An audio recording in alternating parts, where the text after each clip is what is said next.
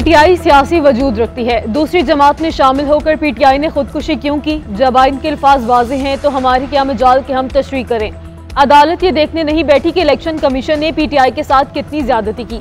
अदालत ने देखना है कि आइन क्या कह रहा है। चीफ जस्टिस ने सुन्नी इत्तेहाद काउंसिल की मखसूस सीटों से मुतल्लिक रिमार्क्स कहा, वो वक्त याद रखे जब इंतखाबात की तारीख हमने दी थी। इलेक्शन रुकवाने की कोशिश पीटीआई ने की। बानी तो बतौर वज़ीर आज़म इलेक्शन कमीशन पर असरअंदाज हो रहे थे।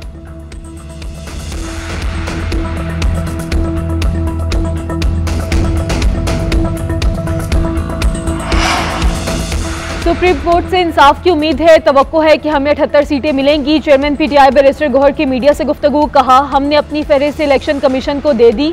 13 जनवरी को सुप्रीम कोर्ट ने हमसे निशान लिया था। अदालती फैसले के बाद वो मामला आगे नहीं बढ़ा।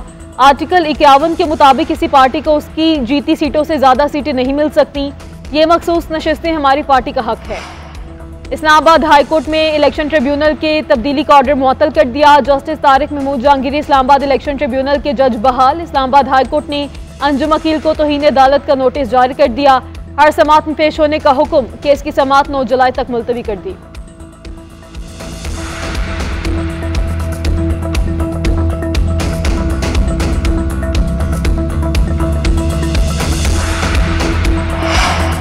नवाज शरीफ और जनरल बाजवा की लंदन में कोई मुलाकात नहीं हुई। मोहम्मद जुबैर ने बेबुनियाद बात की, उसे मुस्तरद करता हूँ।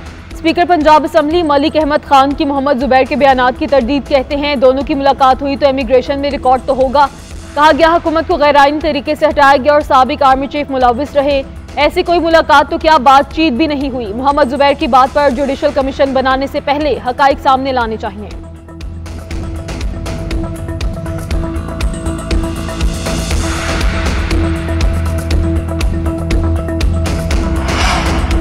पाकिस्तान में मुआशी नहीं नीयतों का बहरान है। हम मुआशी दिवालियापन से डर रहे हैं मगर इखलाकी तौर पे हम दिवालिया हो चुके हैं। विफाकी वजीर तालीम खालिद मकबूल सदीकी का कराची में तकरीब से खिताब, कहते हैं भारत ने 25 से 26 करोड़ अफराद को गुर्बत से निकाला है। बांग्लादेश का ग्रोथ रेट आज 7.7% पर है।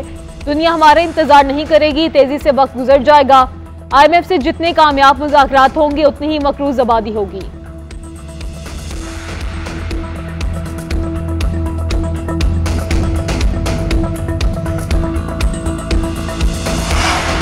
ऑपोजिशन लीडर उमर अयूब ने विफाकी बजट इक्तसादी दहशतगर्दी करार दे दिया। कहा विफाकी बजट इकनॉमिक हिटमैन ने पेश किया। एक पॉइंट पर बात की मगर हुकूमत के किसी शख्स के पास जवाब नहीं था। हुकूमत के अपने लोग बजट के खिलाफ तकारीर कर रहे हैं। महंगाई तमाम हदें तोड़ देगी, शिबली फराज का कहना है। जो ऑपरेशन करने का फैसला किया गया उसमें किसी से कोई मशवरा नहीं हुआ।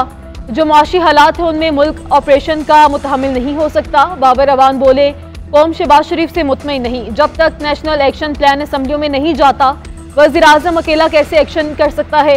9 मई के मुकदमात में उमर अयूब, शिबली फराज और दीगर की जमानतें मंजूर।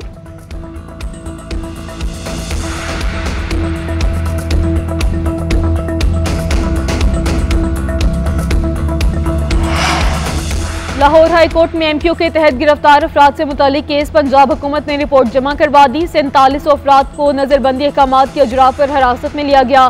3500 नजरबंद अफराद को रिहा किया जा चुका है। अदालत ने एडवोकेट जनरल पंजाब को मुआवनत के लिए तलब कर लिया।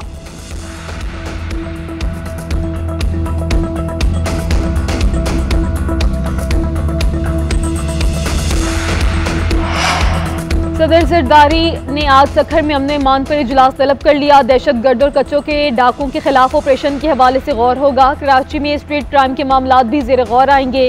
विफाकी वज़ीर दाखिला, वज़ीर आला सिंध, वज़ीर दाखिला सिंध, कौमी सलामती के इदारों के हुकाम और IG सिंध इजलास में शरीक होंगे।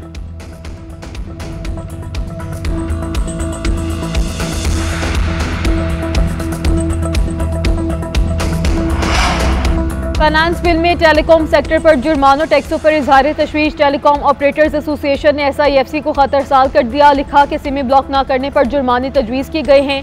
हर 15 दिन बाद 10 से 20 करोड़ रुपए तक जुर्माने की तजवीज़ है। ये फैसला इम्तियाजी सलूक और नाइंसाफ़ी है। भारी जुर्माने बैनुल-अक़वामी सरमायाकारी की हौसला शिकनी करते हैं। टेलीकॉम अहदाफ के असूल में FBR की मदद के अज़म का यकीन दिलाते हैं। काबिल अमन बाहमी इत्तफ़ाक़ शुदा मैकेनिज़्म पर काम करने के लिए तैयार हैं। ज़राए के मुताबिक SIFC ने टेलीकॉम कंपनीज के नुमाइंदों को तलब कर लिया।